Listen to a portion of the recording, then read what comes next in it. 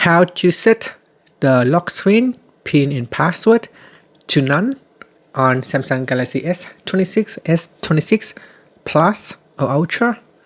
First, tap on the home button to return back to the home screen.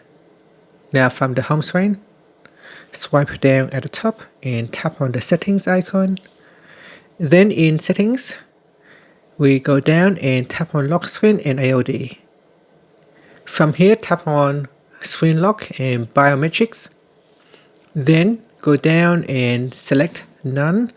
Now if it asks you to put in a PIN or password, do so and then select none.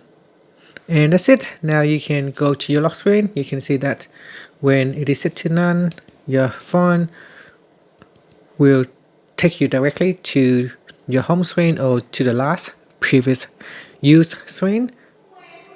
So here if I go into store, you can see if I close my phone and if I turn it on again, it goes directly to that previous screen. And that's it. Thank you for watching this video. If you find it helpful, please like and subscribe to my channel for more videos.